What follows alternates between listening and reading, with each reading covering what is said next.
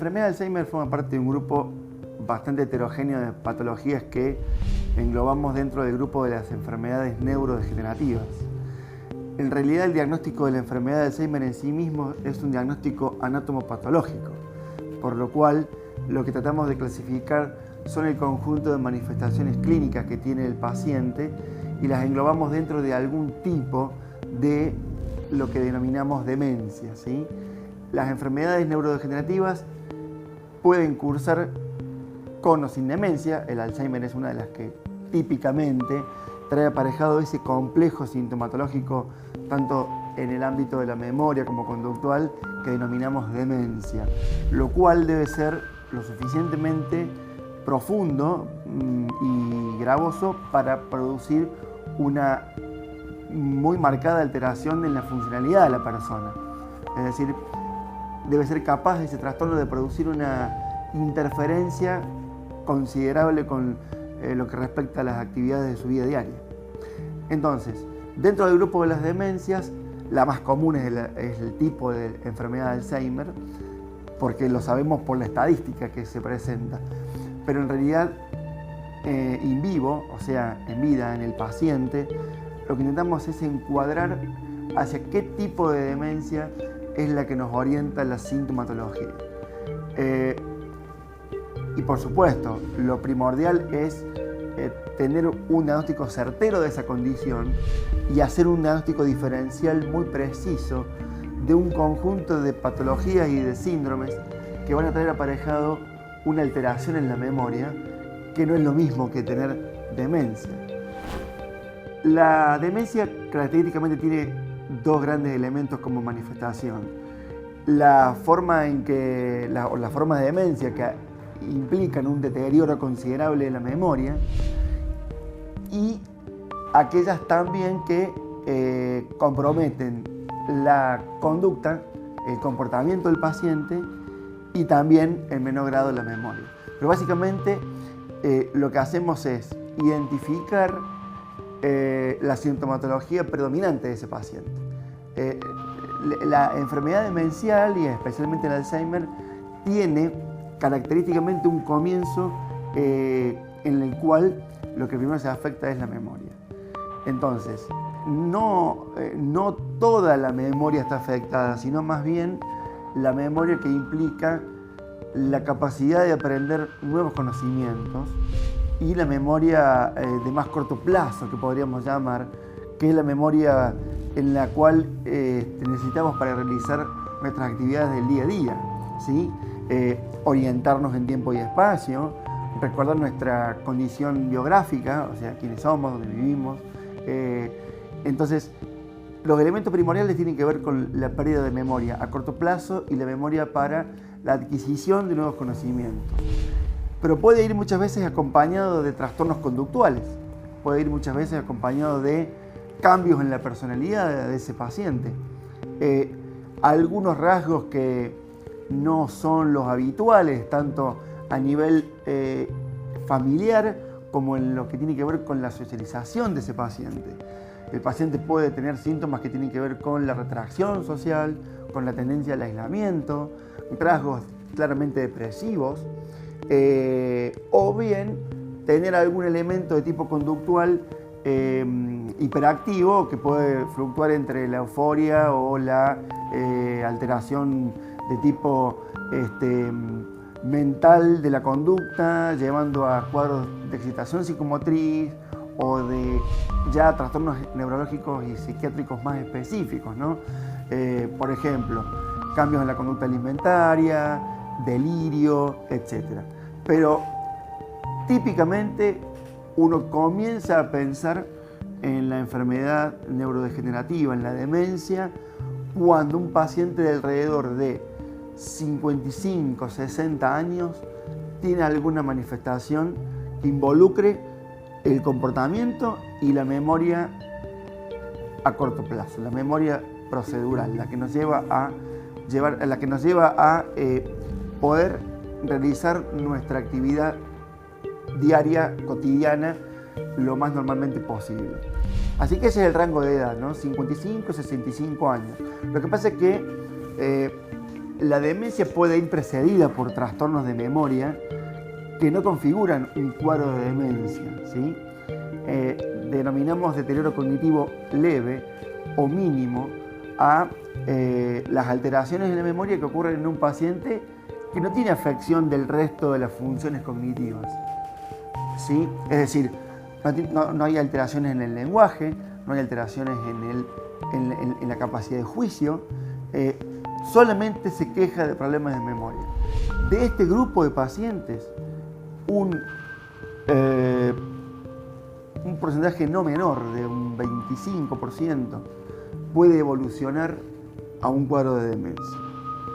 Entonces nosotros tenemos como una especie de recorrido con el paso de los años, desde el deterioro cognitivo incipiente o mínimo hasta la demencia instalada grave, que implica ya la pérdida de la independencia de ese paciente.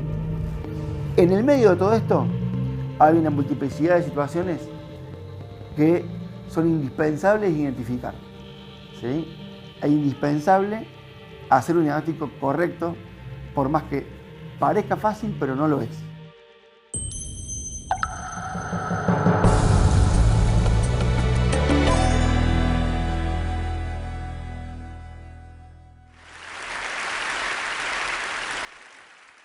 ¿A cuántas personas aquí les gustaría vivir al menos hasta los 80 años?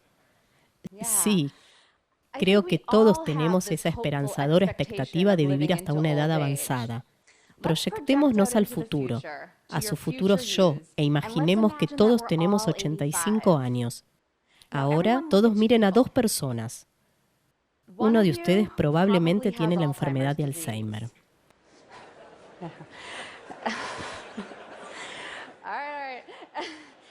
Y quizás estén pensando, bueno, no seré yo. Entonces serían todos cuidadores.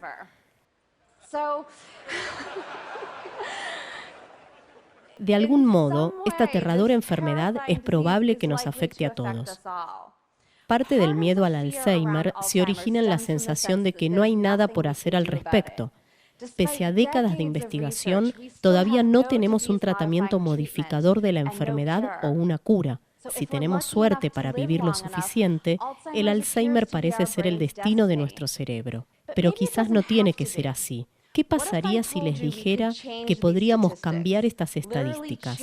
Literalmente cambiar el destino de nuestros cerebros sin depender de una cura o de avances en medicina. Comencemos por mirar a lo que entendemos actualmente sobre la neurociencia del Alzheimer. Aquí hay una imagen de dos neuronas conectándose. El punto de conexión es llamado sinapsis.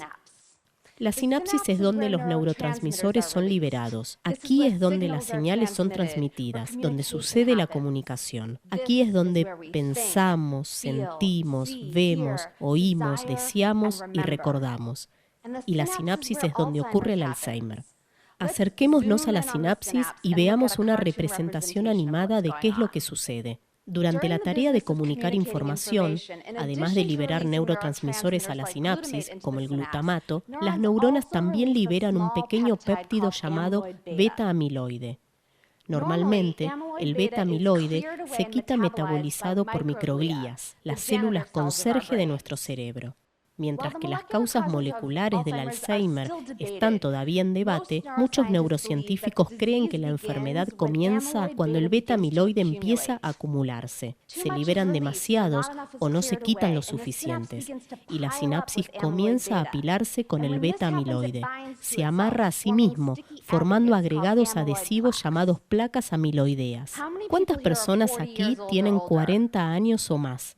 Tienen miedo de admitirlo ahora. Este paso inicial hacia la enfermedad, esta presencia de placas amiloideas acumulándose, puede ser encontrado ya en sus cerebros.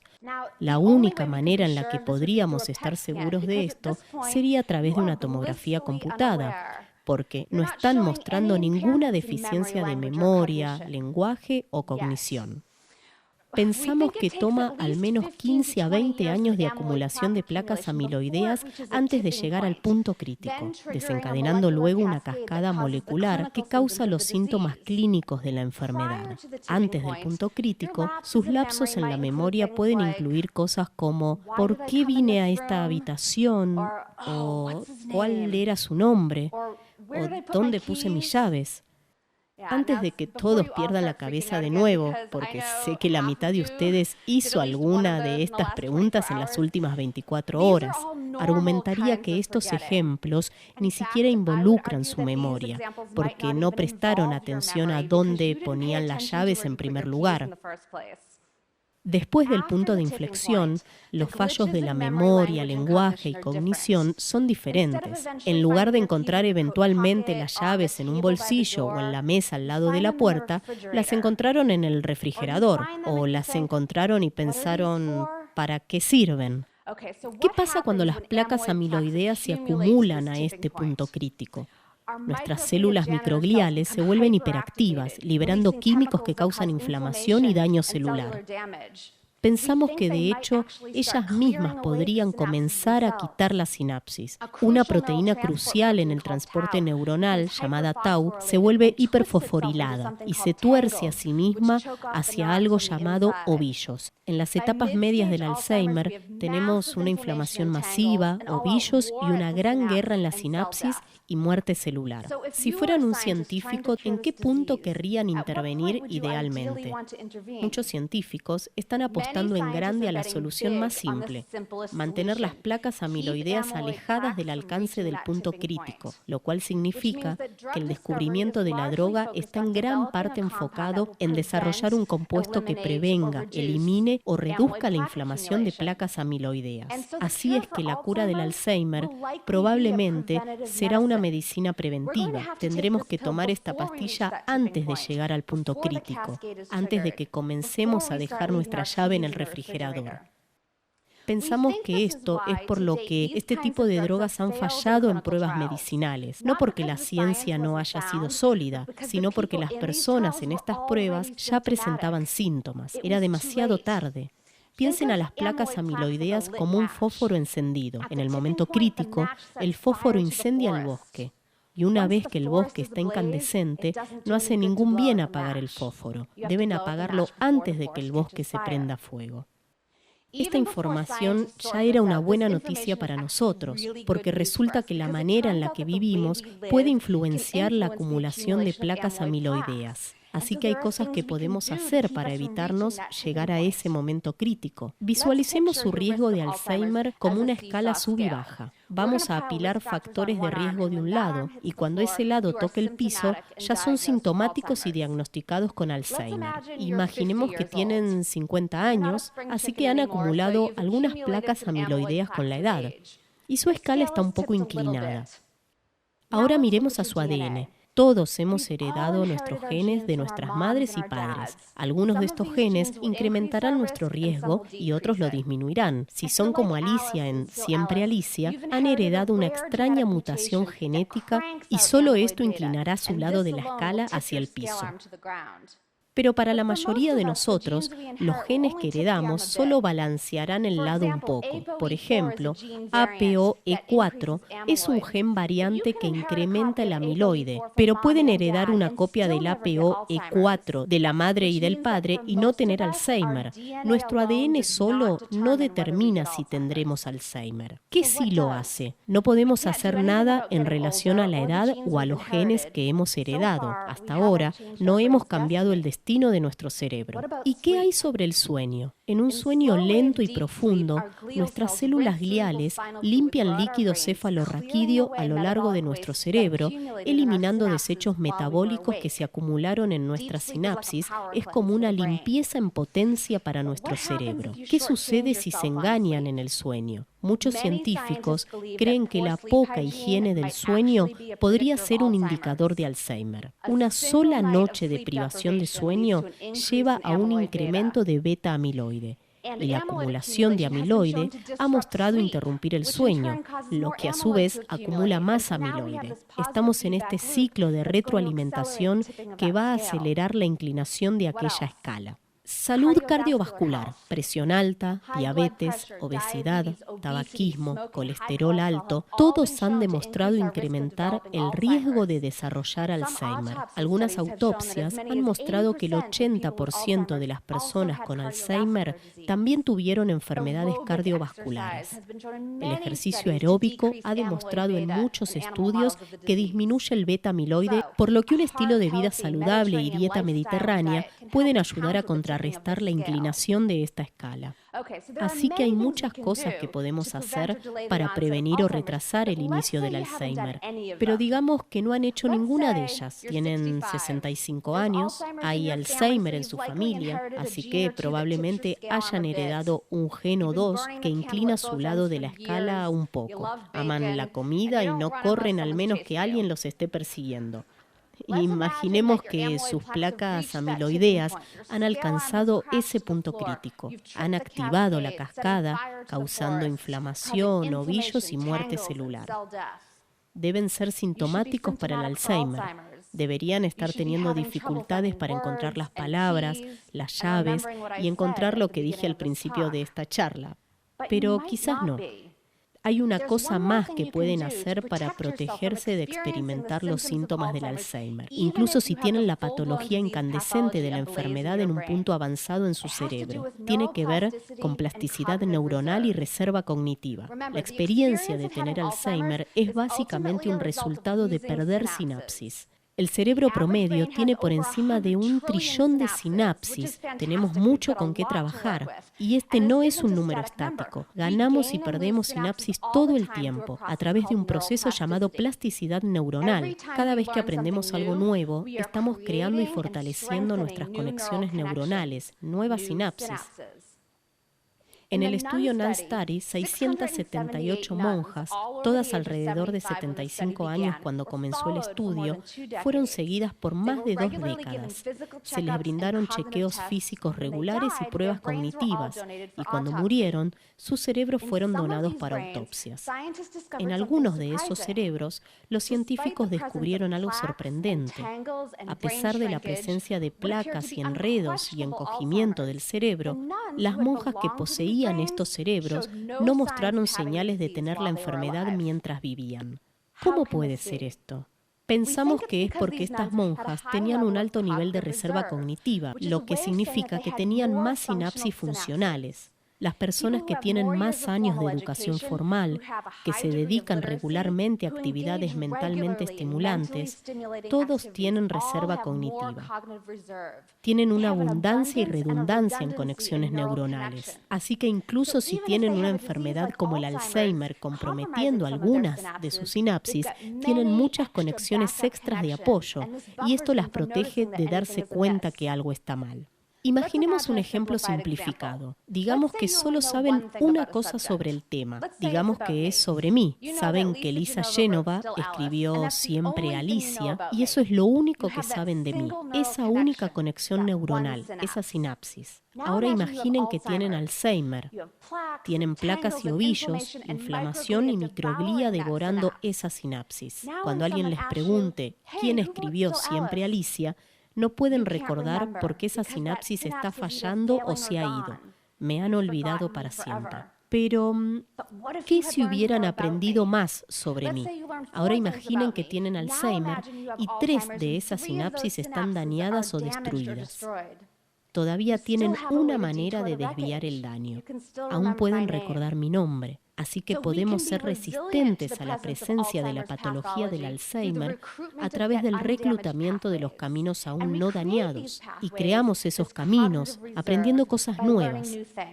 Idealmente, queremos que estas cosas nuevas sean tan ricas en significado como sea posible, reclutando vistas, sonido, asociaciones y emociones. Esto en realidad no significa hacer crucigramas. No quieren simplemente recuperar información que han aprendido, porque esto es como viajar a calles familiares viejas que ya conocen. Quieren pavimentar nuevos caminos neuronales. Construir un cerebro resistente al Alzheimer significa aprender a hablar italiano, conocer a nuevos amigos, leer un libro o escuchar una buena conferencia TED. Y si, a pesar de todo esto, son algún día diagnosticados con Alzheimer, Hay 3 lecciones que he aprendido de mi abuela y una docena de personas que he conocido que viven con esta enfermedad. El diagnóstico no significa que morirán mañana. Sigan viviendo. No perderán la memoria emocional. Seguirán siendo capaces de entender el amor y la alegría. Quizás no recuerden lo que dije hace 5 minutos, pero sí recordarán cómo los hice sentir. Y ustedes son más que lo que recuerdan. Muchas gracias.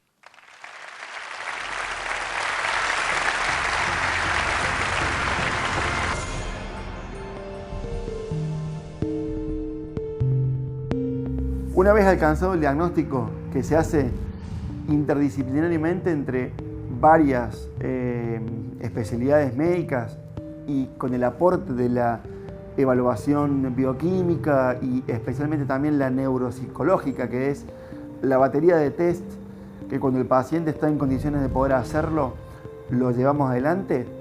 Una vez establecido el diagnóstico, entonces se plantean cuáles son las opciones terapéuticas que existen, tanto farmacológicas como no farmacológicas, pero en especial según el estadio, según el momento en el cual el paciente es diagnosticado, ¿sí? Porque lo que característicamente uno ve en el consultorio general es que no todos los pacientes consultan en el mismo momento, ¿sí? Hay un grupo de pacientes que consultan en la etapa de deterioro cognitivo mínimo, en la cual se investigan a fondo otras causas de ese deterioro y si no se encuentran, para tratarlo de otra manera, se le explica al paciente el riesgo que implica la evolución de problemática de tipo demencial y se inicia una terapéutica con diferentes grupos de fármacos que básicamente logran 2 cosas: aumentar la biodisponibilidad de un neurotransmisor que participa en el sistema mental cognitivo y otro grupo que impide que se produzca la muerte precoz de la neurona. Esos son básicamente los 2 grandes mecanismos de acción que hoy tenemos a disposición para tratar esta problemática. Luego hay un montón de medidas farmacológicas para que el paciente logre un estándar, de confort en su calidad de vida, como por ejemplo medicamentos para inducir el sueño, medicamentos ansiolíticos, medicamentos para combatir los síntomas conductuales de las alucinaciones, antidepresivos, porque este problema, yo te decía, típicamente coexiste con cambios en el estado de ánimo. Obviamente que también pedimos que la familia acompañe al paciente a la psicoterapia y también forme parte del plan de psicoterapia, ¿no?, familiar, para que se pueda establecer una relación paciente y familia del paciente con el equipo de salud muy fluida, para evacuar dudas, para saber cuáles son las etapas más críticas de la evolución del paciente, qué elementos tienen que ver con la enfermedad y cuáles no, ¿sí? Porque en muchos momentos del día los pacientes están estables y están conscientes de todo, es decir, no son un paciente que nunca más vuelve a su estado natural, siempre algo de estado cognitivo normal mantiene. Entonces hay que ser muy cuidadosos de la forma en que vamos a convivir con esa persona. Y esto es lo que hace tan multidisciplinario el enfoque y el tratamiento de la patología.